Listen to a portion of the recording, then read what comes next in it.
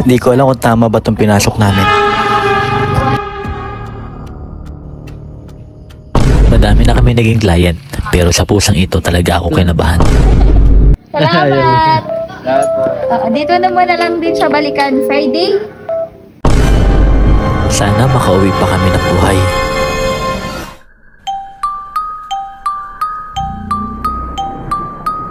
Or Saturday. Ay, joke lang pala yun. Napakabait naman pala nitong client namin. Napakaganda na at napakalambing pa. At meron din kami CCTV para pwede nyo i-check anytime, anywhere. Buti ka pa, Lili. Nagtatrabaho ka. Yung kapatid mo, tamad na tamad. Ang ginagawa mo dyan, Mole. Gawin mo ng trabaho mo. Ayan na.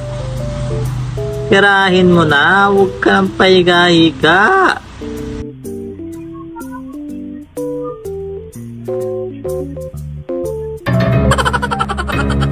A few moments later. Ay, nako. Tulog-tulog din pala ito. Kagaya din ng kapatid niya.